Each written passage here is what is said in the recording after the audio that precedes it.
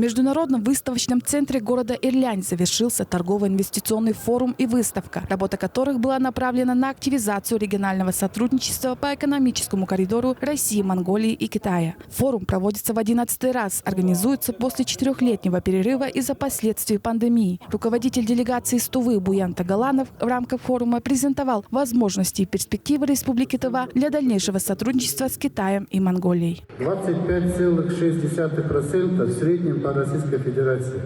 Более 35% населения проживает в городе Кызыле. В делегацию предпринимателей Тувы входили туристическая компания «Воля», магазин тканей, лесопромышленная компания «Ландык Групп», сеть магазинов и мебели «Давита» и театр танца костюма «Эдегей». У всех одна цель – это выстраивание деловых отношений и поиск потенциальных партнеров. К примеру, театр танца и костюма «Эдегей» заинтересован в партнере, который готов организовать театрализованные показы мод в Китае, а хозяйка магазина тканей нацелена на поиск партнера по поставке сырья для производства тувинской национальной одежды.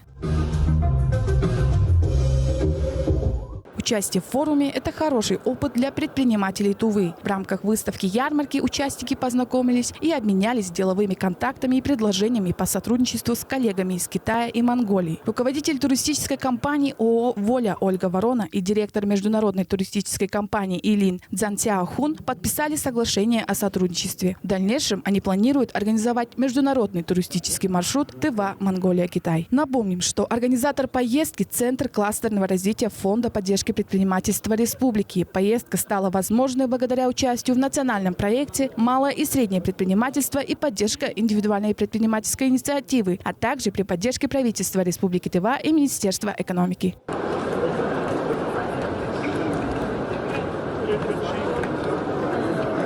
В рамках поездки в Китай советник главы Республики Тыва Уранул Ондар и руководитель делегации Буян Тагаланов встретились с директорами промышленных компаний по переработке шерсти и производству рапсового масла. В результате переговоров две компании дали положительный ответ. Бизнесмены заинтересованы в сотрудничестве с Тувой по поставке шерсти и рапса.